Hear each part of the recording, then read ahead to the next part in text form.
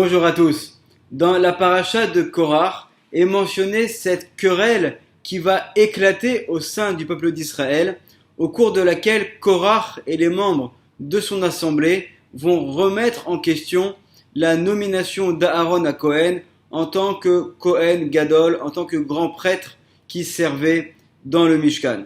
Et si la Torah nous raconte avec tellement de détails tous les événements qui vont avoir lieu, qui sont liés à cette querelle, à cette marloquette, c'est parce que, bien évidemment, il ne s'agit pas uniquement d'un cas de jalousie entre deux personnages d'une même famille qui viennent convoiter un poste important, mais il y a en fait une profondeur et des notions spirituelles très importantes qui sont en fait à travers cette dispute, cette marloquette qui va avoir lieu au sein du peuple d'Israël.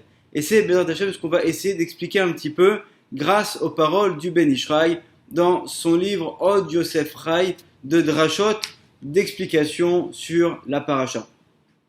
Lorsque Moshe Rabbeinu va s'adresser à Korach au chapitre 16 verset 8, il est dit Va yomer Moshe el Korach. Moshe a parlé à Korach et qu'est-ce qu'il lui a dit? Shim'ona, écoutez s'il vous plaît, Béné Lévi, les enfants de Lévi.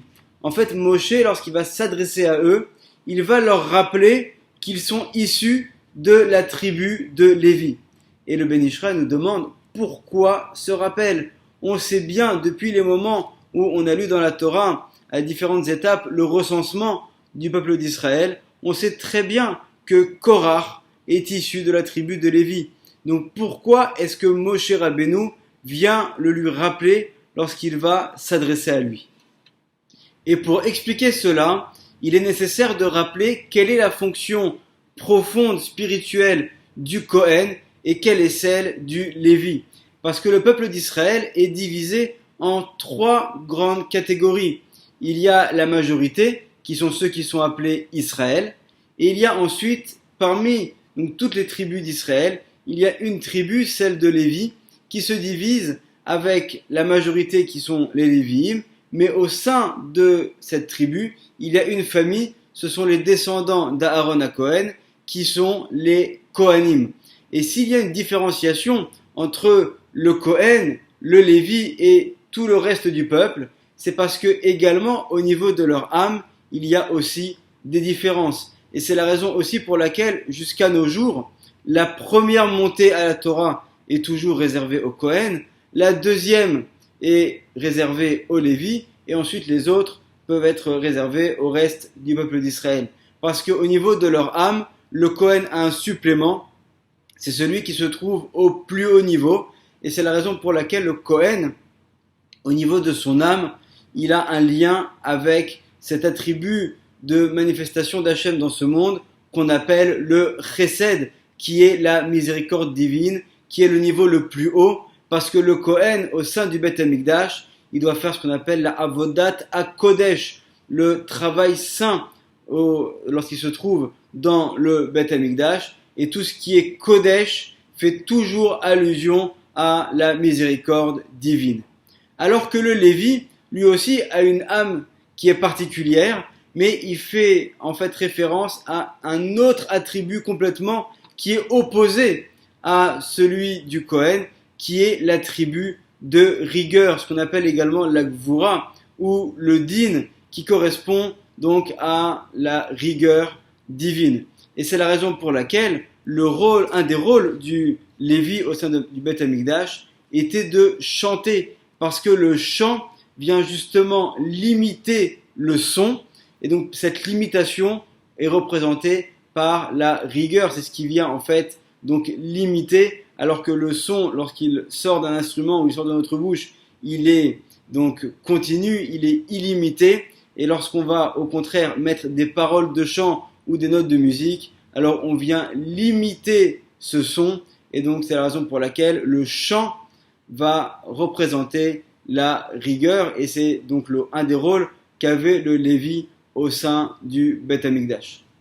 Mais il y a une grande différence entre le Chesed d'une part et la Gvura. C'est que lorsque le Chesed vient en quantité importante, alors si on doit recevoir beaucoup de bonté, beaucoup de miséricorde, beaucoup de cadeaux, alors on n'a aucun problème pour les recevoir.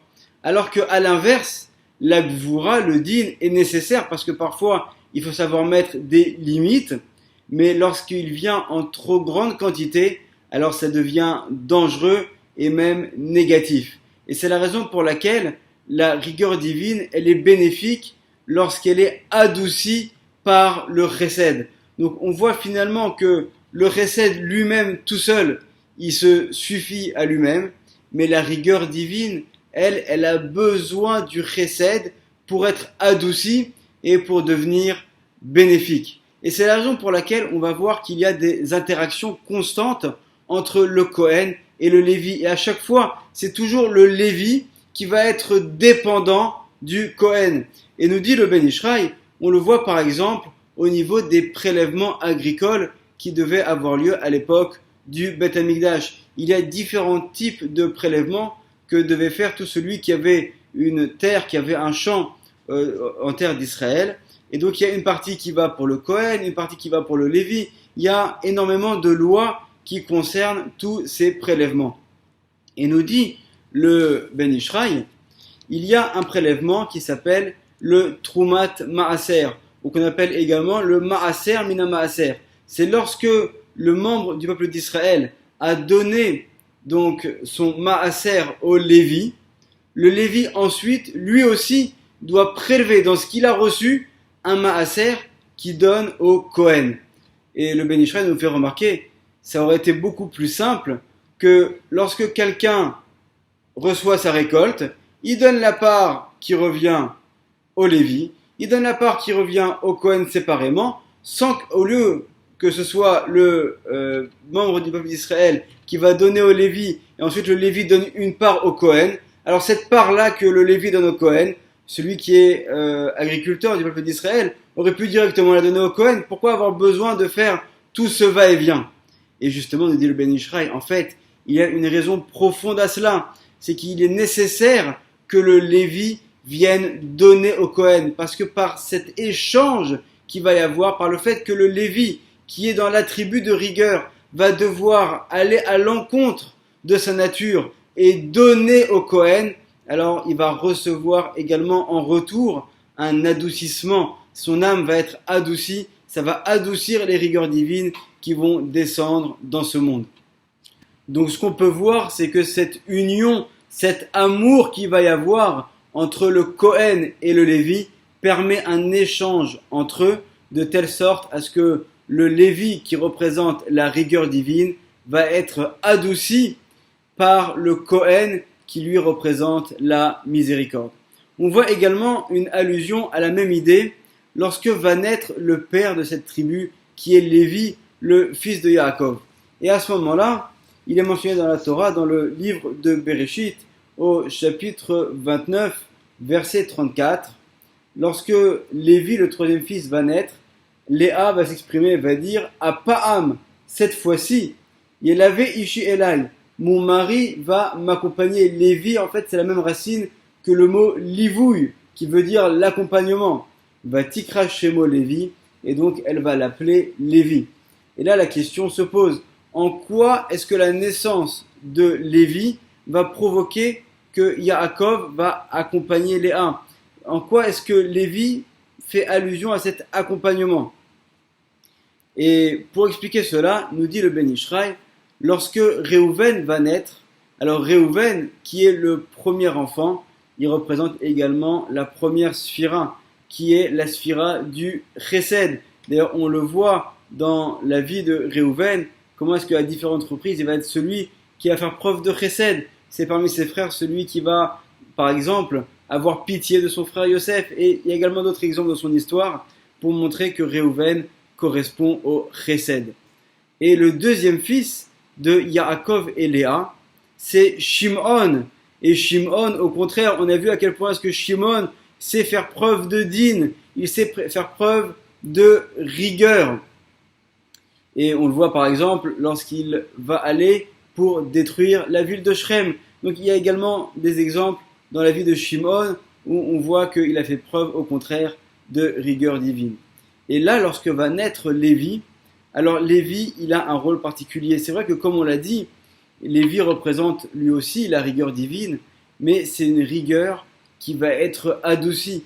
Donc finalement, Lévi, il va faire le lien entre Réhouven et Shimon, entre le Chesed et la Gvoura, parce que Lévi, il représente la Gvoura, mais c'est pas une Gvoura à l'état pur, c'est pas une Gvoura qui va être extrême, c'est une Gvoura qui va être dans son juste milieu et qui va être adoucie par le Chesed. Donc c'est la raison pour laquelle Léa va dire que Lévi il est celui qui va accompagner, parce qu'en fait Lévi il va accompagner dans le sens de vouloir réunir, il va accompagner le Chesed et la Gvoura, il va les mettre ensemble pour faire en sorte d'avoir un équilibre et d'avoir des rigueurs qui sont bénéfiques parce qu'elles ont été préalablement adoucies par le Chesed. Grâce à ces introductions, on va pouvoir expliquer la profondeur des arguments de Korach. Korach vient remettre en cause la nomination d'Aaron à Cohen. Pourquoi ?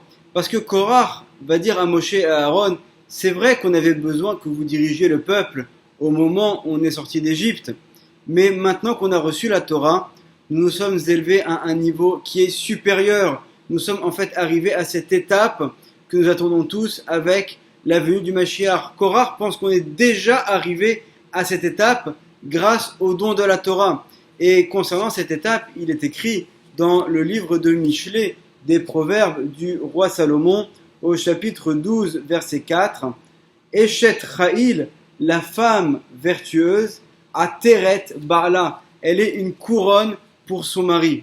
Pourquoi ? Parce que la femme, qui dans sa nature générale va représenter le din, va être Ateret Bala, elle va être au-dessus de son mari qui lui représente le chesed.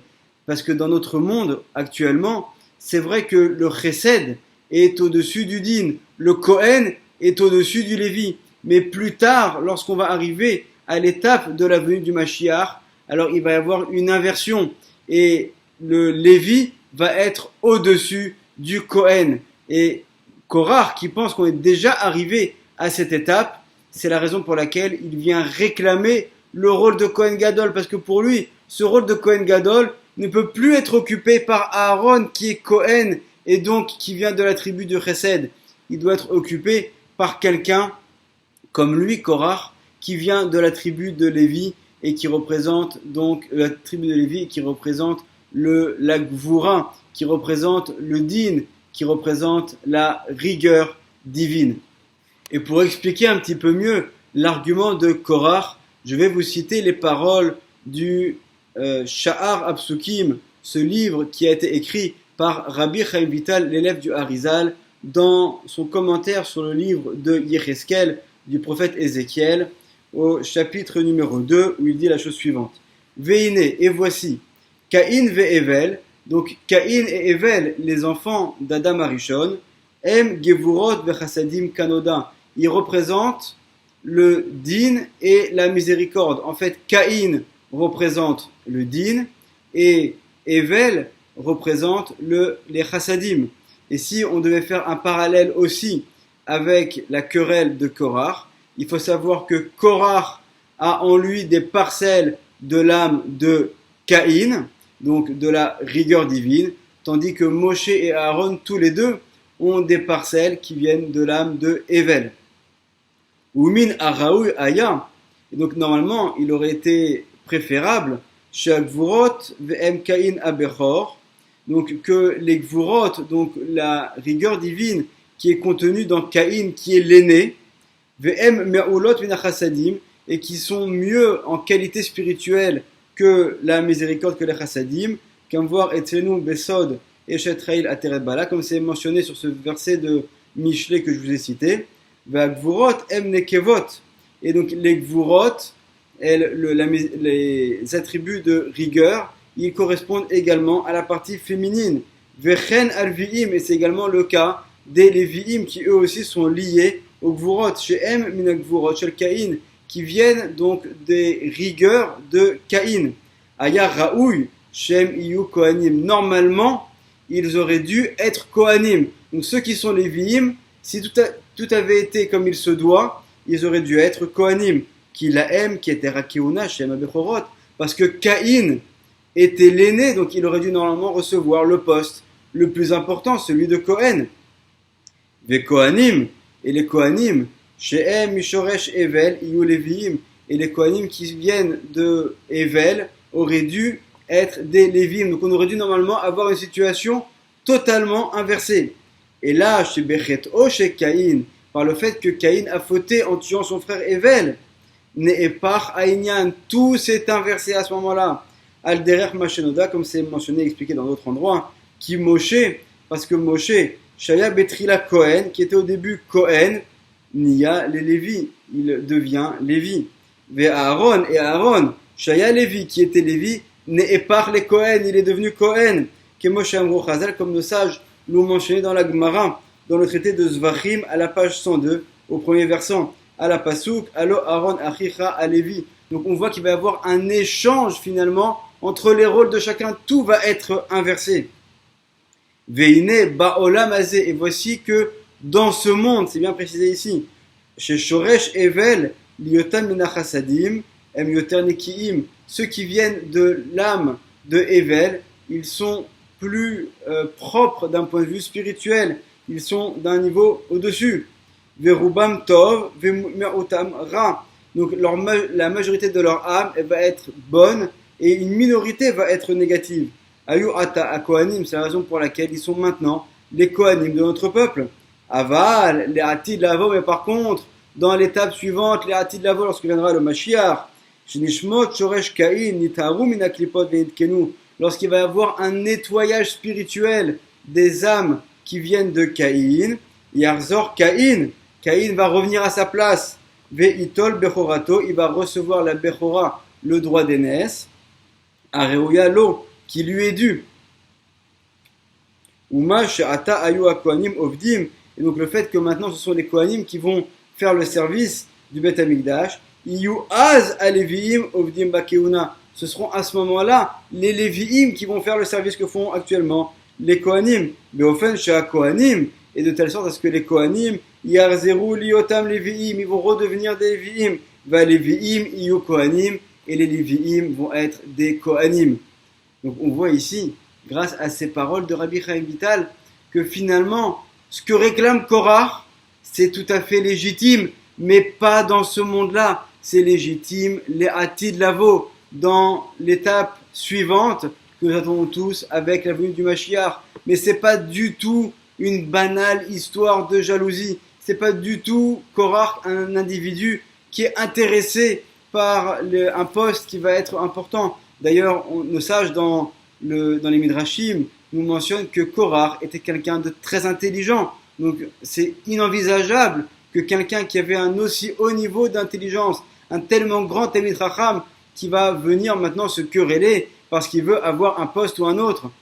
Korach ne fait pas de politique. Korach, il vient avancer un argument spirituel. Il vient dire à Moshe Rabbeinu, ça y est, nous sommes passés à l'étape suivante.